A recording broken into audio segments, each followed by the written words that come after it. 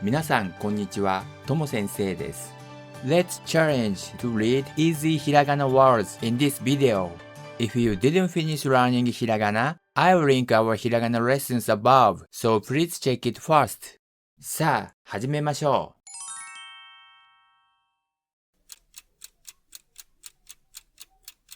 う。家、塩、紙、歌、赤、布、空、花、声、寿司、虎、庭、部屋、山、顔、海、タコ、冬、町、駅、猫、飲む、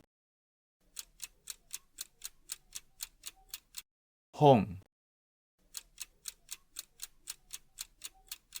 雪、店、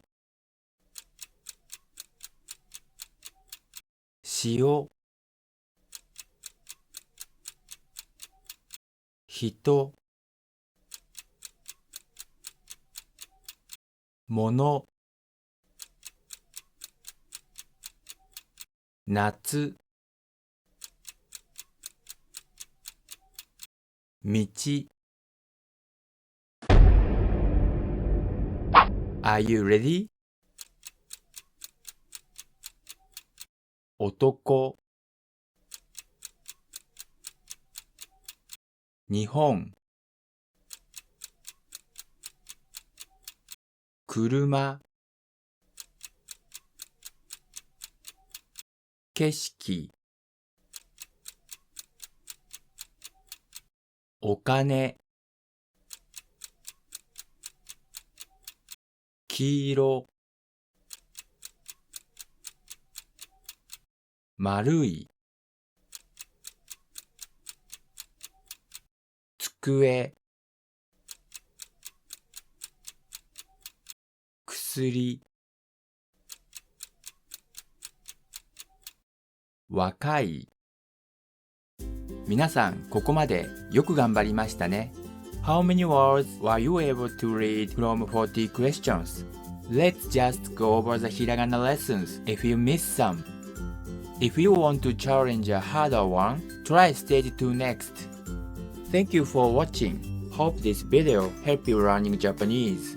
Please subscribe if you are not yet subscribed. I would love to get your comment and question too. See you in the next video. 継続は力なり。